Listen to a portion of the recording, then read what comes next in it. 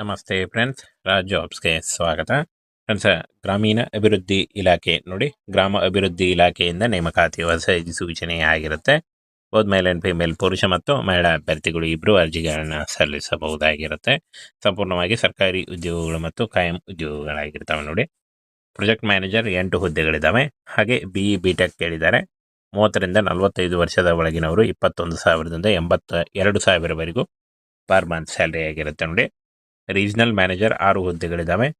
Any graduation ಕೇಳಿದ್ದಾರೆ. Any degree 30ರಿಂದ 45 ವರ್ಷದ ಒಳಗಿನವರು 21ರಿಂದ 82,000ವರೆಗೂ per month salary ಆಗಿರುತ್ತೆ ನೋಡಿ. Field officer 750 ಹುದ್ದೆಗಳಿದ್ದಾವೆ. ಹಾಗೆ ಎನಿ ಡಿಗ್ರಿ 21ರಿಂದ 40 ವರ್ಷದ ಒಳಗಿನವರು 20,000ದಿಂದ 75,000ವರೆಗೂ ಪರ್ ಮಂತ್ ಸ್ಯಾಲರಿ ಆಗಿರುತ್ತೆ. ಅಕೌಂಟೆಂಟ್ 65 ಹುದ್ದೆಗಳಿದ್ದಾವೆ. ಡಿಗ್ರಿ ಕೇಳಿದ್ದಾರೆ. 21ರಿಂದ 45 ವರ್ಷದ ಒಳಗಿನವರು 19,000ದಿಂದ 63,000ವರೆಗೂ ಪರ್ ಮಂತ್ ಸ್ಯಾಲರಿ ಆಗಿರುತ್ತೆ ನೋಡಿ. ಹಾಗೇನ ಕ್ಲರ್ಕ್ ನೋಡಿ 90 ಹುದ್ದೆಗಳಿದ್ದಾವೆ. ಕ್ಲರ್ಕ್ 90 ಹುದ್ದೆಗಳಿದ್ದಾವೆ. ಎನಿ ಡಿಗ್ರಿ ಕೇಳಿದ್ದಾರೆ ಅಥವಾ PUC ಆದಂಥ ಅಭ್ಯರ್ಥಿಗಳು ಕೂಡ ಅರ್ಜಿಗಳನ್ನು ಸಲ್ಲಿಸಬಹುದು. 21ರಿಂದ 40 ವರ್ಷದ ಒಳಗಿನವರಾಗಿರಬೇಕಾಗತ್ತೆ. 19,000ದಿಂದ ನೋಡಿ ಇಲ್ಲಿ 63,000ವರೆಗೂ ಪರ್ ಮಂತ್ ಸ್ಯಾಲರಿ ಆಗಿರುತ್ತೆ. ಹಾಗೆ ಕಂಪ್ಯೂಟರ್ ಆಪರೇಟರ್ ಹುದ್ದೆಗಳು 120 ಹುದ್ದೆಗಳು. ಟ್ರೈನಿಂಗ್ ಆಫೀಸರ್ 555 ಹುದ್ದೆಗಳು. ಲ್ಯಾಬ್ ಅಟೆಂಡೆಂಟ್ 20 ಹುದ್ದೆಗಳು. ಸ್ಟೋರ್ ಕೀಪರ್, ಸ್ಟೋರ್ ಸೂಪರ್ವೈಸರ್ 229 ಹುದ್ದೆಗಳು. Electrician 120, driver 72, ಪಿವನ್ 183 ಹುದ್ದೆಗಳಿದ್ದಾವೆ. ಹಾಗೆ ಹೆಲ್ಪರ್ 240 ಹುದ್ದೆಗಳು. ಗಾರ್ಡ್ 554 ಹುದ್ದೆಗಳಿದ್ದಾವೆ ನೋಡಿ. ಹಾಗೆ ಈ ಒಂದು ಹುದ್ದೆಗಳಿಗೆ ಪಿವನ್, ಹೆಲ್ಪರ್, ಗಾರ್ಡ್ ಹುದ್ದೆಗಳಿಗೆ 8ನೇ ತರಗತಿ. ಇನ್ನು ಡ್ರೈವರ್ ಹುದ್ದೆಗಳಿಗೆ SLC, electrician ITI, store keeper ನೋಡಿ ಹೈಸ್ಕೂಲ್ ಅಂದರೆ PUC ಆಗಿರಬೇಕಾಗತ್ತೆ.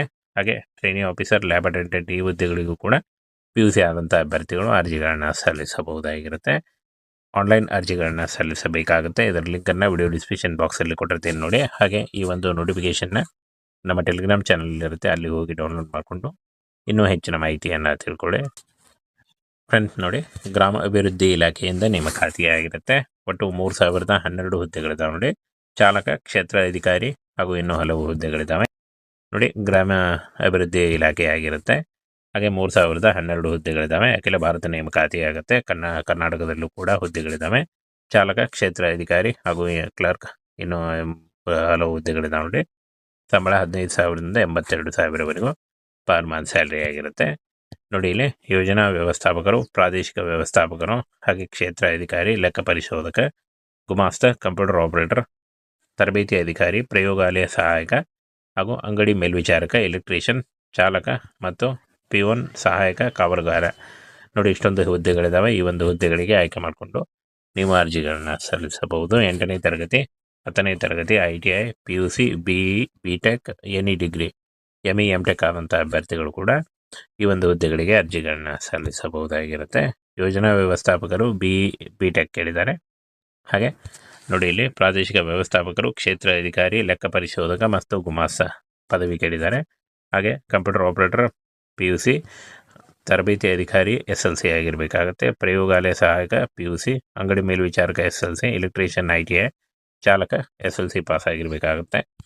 ಹಾಗೆ ಪಿವನ್ ಮತ್ತು ಸಹಾಯಕ ಕಾವಲುಗಾರ ಈ 3 ಹುದ್ದೆಗಳಿಗೂ ಕೂಡ 8ನೇ ತರಗತಿ ಪಾಸ್ ಆದಂಥ ಅಭ್ಯರ್ಥಿಗಳು ಅರ್ಜಿಗಳನ್ನು ಸಲ್ಲಿಸಬಹುದಾಗಿರುತ್ತೆ ನೋಡಿ. ಯಾವ ಒಂದು ಹುದ್ದೆಗಳಿಗೆ ಎಷ್ಟು ಸಂಬಳ ಅಂತ ಕೂಡ ಕೊಟ್ಟಿದ್ದಾರೆ. ಟೋಟಲ್ ಆಗಿ 12,000ದಿಂದ 82,000ವರೆಗೂ ಪರ್ ಮಂತ್ ಸ್ಯಾಲರಿ ಆಗಿರುತ್ತೆ ನೋಡಿ. ಇನ್ನು ಫ್ರೆಂಡ್ಸ್, ಈ ಒಂದು ವಯೋಮಿತಿ ಸಡಿಲಿಕೆ ಕೂಡ ಇರುತ್ತೆ. 18ರಿಂದ 40 ವರ್ಷದ ಒಳಗಿನವರಿಗೆ ವಯೋಮಿತಿ ಸಡಿಲಿಕೆ ಕೂಡ ಇರುತ್ತೆ ನೋಡಿ. OBC ಅಭ್ಯರ್ಥಿಗಳಿಗೆ 3 ವರ್ಷ, SC ಅಭ್ಯರ್ಥಿಗಳಿಗೆ 5 ವರ್ಷ ಹಾಗೂ PWD ಅಭ್ಯರ್ಥಿಗಳಿಗೆ 10 ವರ್ಷಗಳ ವಯೋಮಿತಿ ಸಡಿಲಿಕೆ ಕೂಡ ಇರುತ್ತೆ. ಇನ್ನು ಅರ್ಜಿ ಶುಲ್ಕ ನೋಡಿ, ಎಲ್ಲ ಇತರೆ ಅಭ್ಯರ್ಥಿಗಳಿಗೆ 650 ರೂಪಾಯಿ ಇದ್ದರೆ, SC ST OBC EWS ಅಭ್ಯರ್ಥಿಗಳಿಗೆ 490 ರೂಪಾಯಿ ಇರುತ್ತೆ ನೋಡಿ. ಪಾವತಿ ಮಾಡುವ ವಿಧಾನ ಆನ್ಲೈನ್ ಮೂಲಕ, ಕ್ರೆಡಿಟ್ ಕಾರ್ಡ್, ಡೆಬಿಟ್ ಕಾರ್ಡ್ ಅಥವಾ ನೆಟ್ ಬ್ಯಾಂಕಿಂಗ್ಗಳ ಮೂಲಕ ನೀವು ಪೇ ಮಾಡಬಹುದಾಗಿರುತ್ತೆ. ಇನ್ನು ಆಯ್ಕೆ ಪ್ರಕ್ರಿಯೆ ಲಿಖಿತ ಪರೀಕ್ಷೆ ಮತ್ತು ಸಂದರ್ಶನದ ಮೂಲಕ ಆಯ್ಕೆಯನ್ನು ಮಾಡಿಕೊಳ್ಳಲಾಗುತ್ತೆ ನೋಡಿ. ಲಿಖಿತ ಪರೀಕ್ಷೆಯಲ್ಲಿ ಪಾಸಾದಂಥ ಅಭ್ಯರ್ಥಿಗಳಿಗೆ ಸಂದರ್ಶನವನ್ನು ನಡೆಸಿ